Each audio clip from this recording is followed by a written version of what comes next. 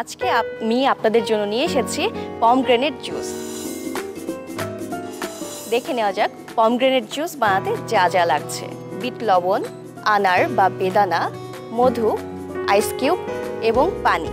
তাহলে শুরু করে দেওয়া যাক। সবার প্রথমেই আমি আনার নিয়ে নিচ্ছি। ব্লেন্ডার মেশিনে আমি দিয়ে দিচ্ছি সম্পূর্ণ আনার।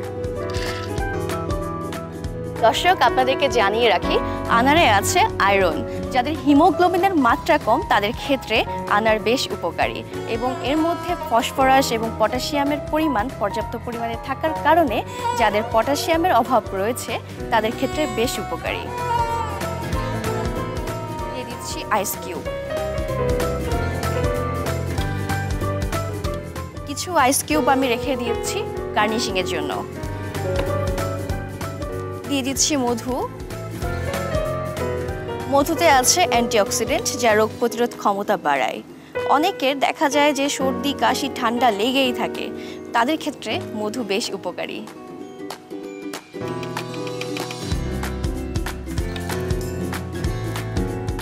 এখন দিয়ে দিচ্ছি সামান্য পরিমাণে বিট লবণ।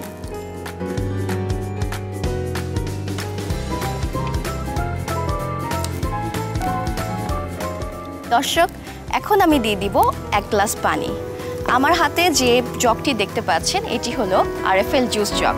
এটি 100% ফুড গ্রেড ম্যাটেরিয়াল দিয়ে তৈরি ও সম্পূর্ণ বিপিএ ফ্রি হওয়ায় খুব সহজে আপনি গরম পানি, ঠান্ডা পানি এবং জুস এখানে সংরক্ষণ করে রাখতে পারবেন। তাহলে দিয়ে দিচ্ছি। এখন আমি ব্লেন্ডার মেশিনে ব্লেন্ড করব।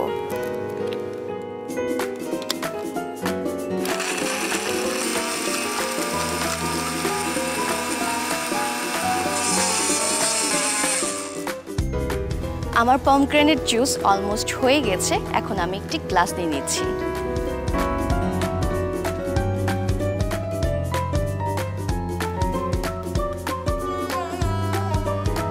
প্রথমেই দিয়ে দিচ্ছি কিছু আইস কিউব।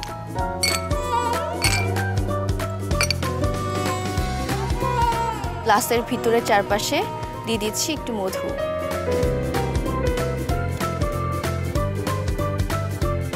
দর্শক, অনেক সময় দেখা যায় যে বাচ্চারা ঠিকমতো কোনো খাবার খেতে চায় না, বিশেষ করে ফল তো একেবারেই খেতে চায় না। সেক্ষেত্রে আপনি যদি বাচ্চাদেরকে সুন্দর মতো করে রং বেরঙের বিভিন্ন কালারফুল ড্রিঙ্ক সামনে প্রেজেন্ট করেন তাহলে দেখবেন শিশুরা খেতে আগ্রহ বোধ করবে। তাহলে আমি ঢেলে নিচ্ছি এই জুস। অত্যন্ত কালারফুল হয়েছে।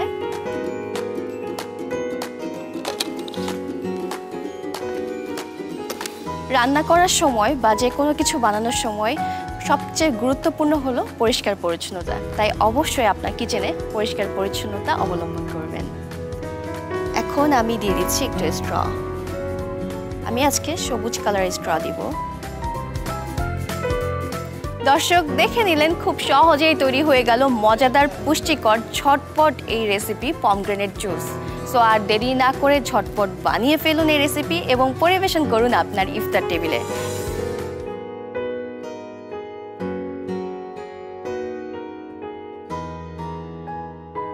দর্শক, আপনারা এতক্ষণ দেখছিলেন আরএফএল জুস জগ নিবেদিত শরবত সমাহার। আগামীকাল নতুন রেসিপি নিয়ে একই সময়ে আপনাদের সামনে আবারও হাজির হব। ততক্ষণ পর্যন্ত সবাই ভালো থাকুন, সুস্থ থাকুন এবং দীপ্ত টিভির সাথে থাকুন। আল্লাহ হাফেজ।